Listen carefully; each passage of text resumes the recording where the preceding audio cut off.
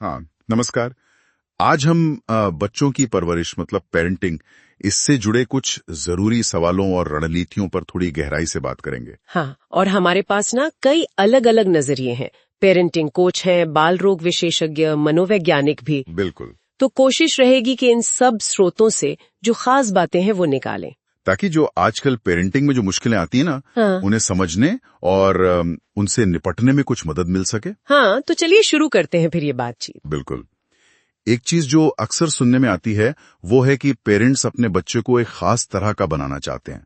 Doctor विकास दिव्यकीर्ति इसे designer baby की चाहत कहते हैं। हाँ, ये शब्द सुना है।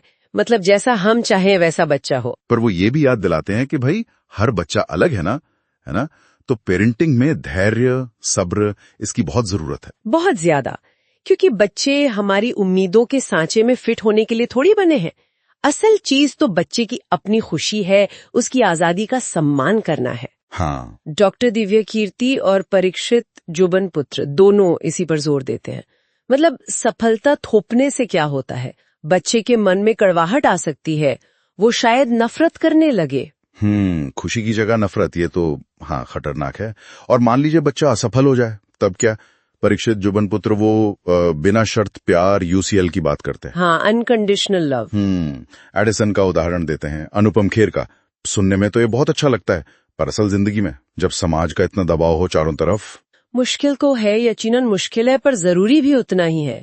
इसका मतलब बस यही है कि बच्चे का होना वो जैसा है उसको अहमियत देना, उसके नंबरों से ज्यादा, उसकी जीत हार से ज्यादा।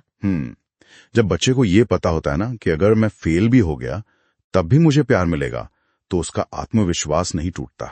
सही बात है। और शायद यहीं से वो संवाद वाली बात भी जुड़ती है। बिल्कुल। वो पी फॉर्मूला जो है परीक्षित जुबनपुत्र का, पी मतलब प्रायोरिटी, ए से अप्रिसिएशन, हाँ, आर से रिस्पेक्ट।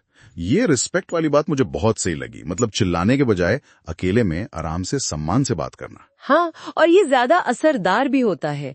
और सिर्फ बात में नहीं, ई मतलब एग्जाम्पल, खुद एक मिसाल बनना।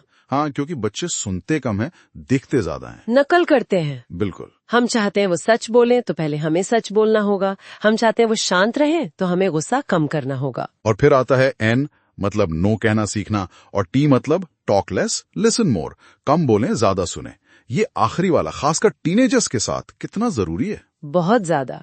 वो डॉक्टर दिव्यकीर्ति की कहानी याद है, जिसमें एक बच्ची अपने पेरेंट्स से एक बहुत बहुत गंभीर बात नहीं कह पाती। हाँ, वो सुन के तो रोंगटे खड़े हो जाते हैं। भरोसे की कमी, उसका नतीजा कितना भयानक हो सकता है। बिल्कुल। भरोसा बनाने के लिए सुनना पड़ेगा, और सही टाइम पर, जैसा वो कहते हैं, ढक्कन खोलना, मतलब बात करने का माहौल बनाना। नहीं तो बच्चे कहीं और बात करेंगे। सही कह रही हैं। अच्छा, अब जरा स्वास्थ्य और खान पान पर आते हैं। हाँ। और डॉक्टर इमरान पटेल वो खाने के स्टेजेस बताते हैं। हाँ, कि 6 महीने से लिक्विड, फिर धीरे धीरे सेमी लिक्विड, सेमी सॉलिड और 1 साल तक सॉलिड। और वो बच्चों को खुद खाने देने की बात करते हैं, सेल्फ ईटिंग। क्या वो जरूरी है? हाँ, जरूरी है। उनके विकास के लिए मोटर स्किल्स डेवलप होती हैं। और सिर्फ ये नहीं, बल्कि कैसा खाना, मतलब संतुलित आहार, थाली में 7 रंग हों। अच्छा, 7 रंग, ये बढ़िया तरीका है याद रखने का। हाँ, और कुछ मिथक भी हैं जो तोड़ने जरूरी हैं। जैसे वो कहते हैं तेल मालिश से हड्डियां मजबूत नहीं होती। अरे, ये तो लगभग हर घर में होता है। हाँ, और 6 महीने से पहले शहद देना वो असल में नुकसान कर सकता है।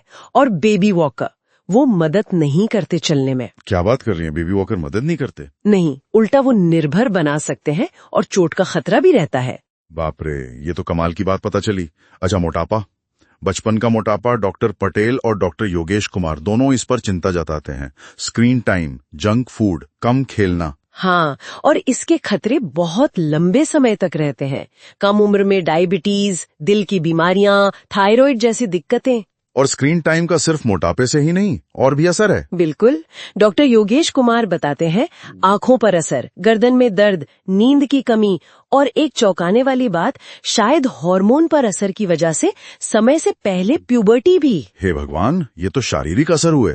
लेकिन ये डिजिटल दुनिया के जो दूसरे खतरे हैं, डॉक्टर दिव्यकीर्ति बताते हैं, cyber bullying, sextortion, deep fake. हाँ, मतलब ऐसे नकली वीडियो या तस्वीरें जो बिल्कुल असली लगे, ये बहुत डरावना है।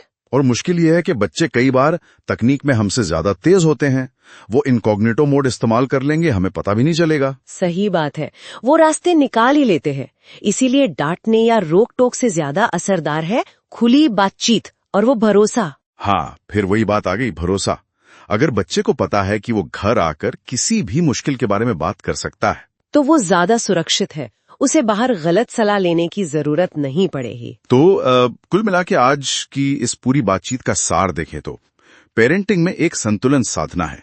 उम्मीदें हों, पर बच्चे की खुशी पहली जगह पर हो। हाँ, धैर्य रखना है, बिना शर्त प्यार देना है, संवाद खुला रखना है, सुनना ज्यादा है, और डिजिटल दुनिया की जो चुनौतियां हैं उनको समझना है और बच्चों को भी समझाना है। बिल्कुल। और जाते जाते शायद एक सवाल सोचने के लिए छोड़ सकते हैं हम। हाँ, जरूर।